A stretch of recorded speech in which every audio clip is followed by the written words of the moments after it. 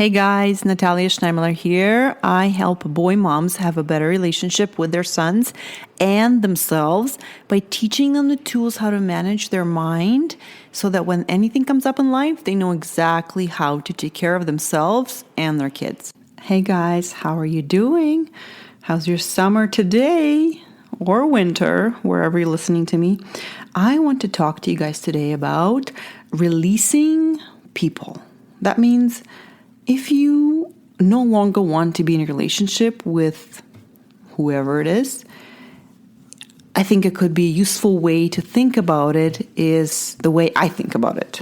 And not that I'm doing it right, I wanted to offer that to you so that you can have a framework of thinking about that and go through releasing people without feeling guilty or ashamed.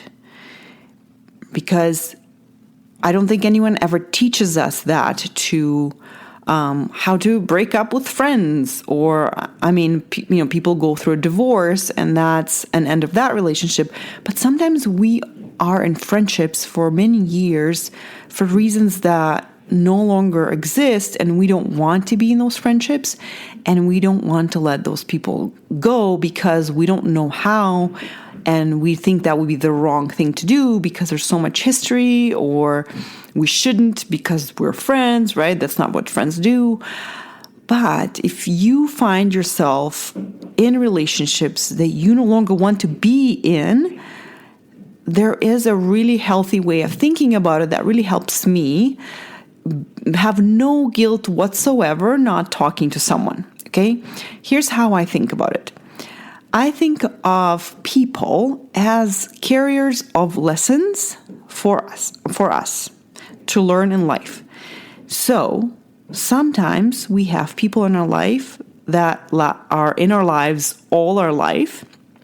And the way I think of that is that those people teach us lessons, maybe the same lesson over and over again until we learn that lesson. And there are people in our life who come in our life for a short period of time, or long or medium. And once the lesson is learned from them, then we move on because there's nothing else to learn through that person. And because those people reflect to us the lesson that we need to learn about ourselves. And so I've just recently had that experience myself when I had a conversation, an interaction with one of my friends who we've been friends for a long time, but not really close friends any longer, just kind of long old friends, and we chat once a year. And I felt a shift in myself that had me feeling that I no longer have the desire or the need or the pull towards that person. And I explored that a bit, and I gave myself full permission to release them. But that also doesn't mean that maybe I'm wrong and maybe we will keep interacting and I still have more lessons to learn from them. But the releasing process started, and the lessons that I had to learn from that person, I feel that I am now kind of on the other side of those lessons. That now I have a lot more awareness about the things that I was doing in my life that I had to learn. And I don't have the judgment of them anymore. I'm more curious about them. And here's what I'm talking about. The lessons this is how I see it. Whatever lessons you have to learn from them is usually whatever bugs you in them. It's usually that you have to learn how to not judge that thing, how to accept it in them, and also how to see that you're also doing the same thing and how to accept that in yourself. That's the lesson. Be kind and loving to those things that they do that bug you.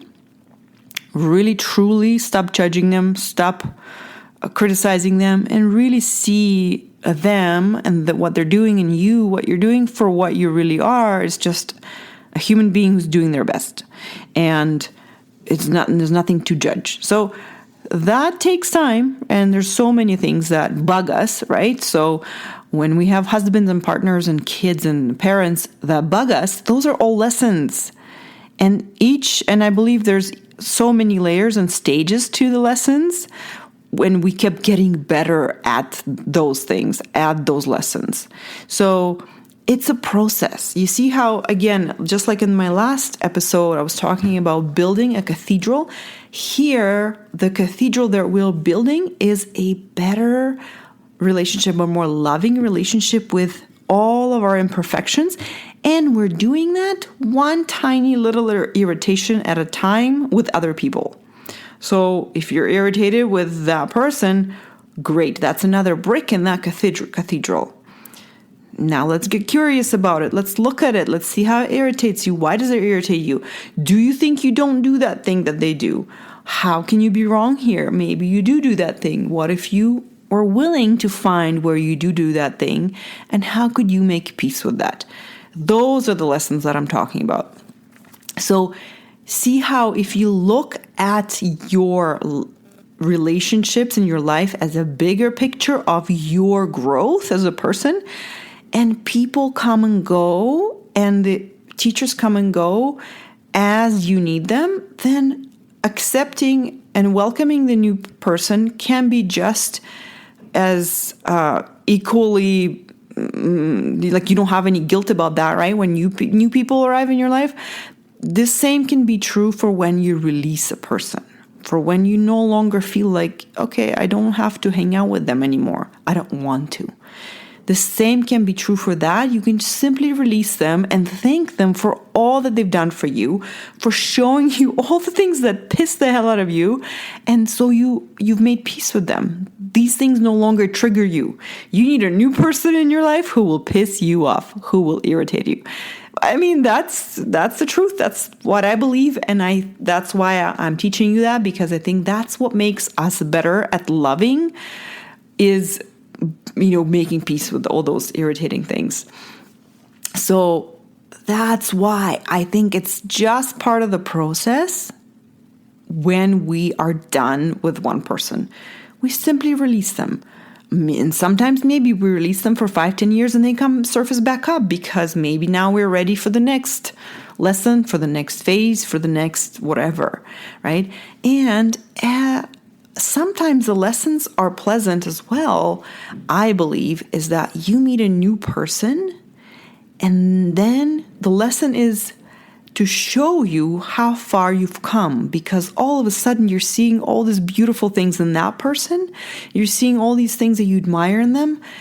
And that the lesson in there is that to show you that you are also doing those things.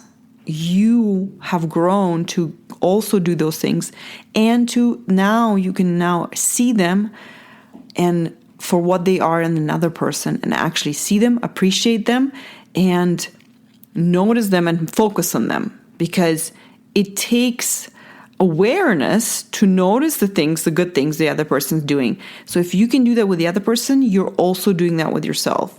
So those are beautiful lessons that I love learning. When I meet someone wonderful, I think, wow, that, I must have done something right, because if they're doing that, I'm also doing all those things, and I see proof in all of their goodness. And all of a sudden I see, yeah, you know what? I also share the same thing. So there is progress. So that's how I believe you can release someone with gratitude and with understanding that it's not your fault that you don't want to see them anymore. It's just that your time with them is up for now. And you guys have done everything you can for each other, and it's a beautiful thing, right? So release the people that you want to release and welcome the next person in your life who will teach you a lot. And children, of course, everyone says, right? They're our biggest teachers for a very good reason. I'm sure you know what your kids have taught you, but all the time, with every apology that I do for my sons, I learn something new. So there's no guilt or shame in releasing people from your life. And sometimes it can be a relative. It doesn't matter. What matters is that you don't feel bad about what you want and what you don't want, because it's not useful to beat yourself up for not wanting to spend time with someone. Okay? So don't do that. simply don't see them, learn, and move on. Okay?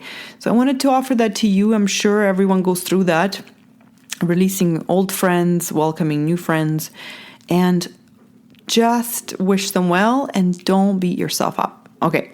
All right, guys, if you ever need help with your shame, with feeling ashamed or feeling really guilty and feeling like something is really your fault, really, you don't have to ever feel like that. Come talk to me right away. We'll debunk that garbage in your head instantly so you can feel really good about yourself. Like, that is totally poison for you. You don't have to carry that around anymore. Okay? So come get coached, because podcasts can only work so far, right? Find me on my website, www.coachingnatalia.com. Go sign up for a free session. The first session is completely free. Please come talk to me. I would love, love, love for you to get the help, for you to straighten out your head and feel like you're in control of your life. All right, guys, have a great weekend. I love you all so much, and I'll talk to you next week. Bye.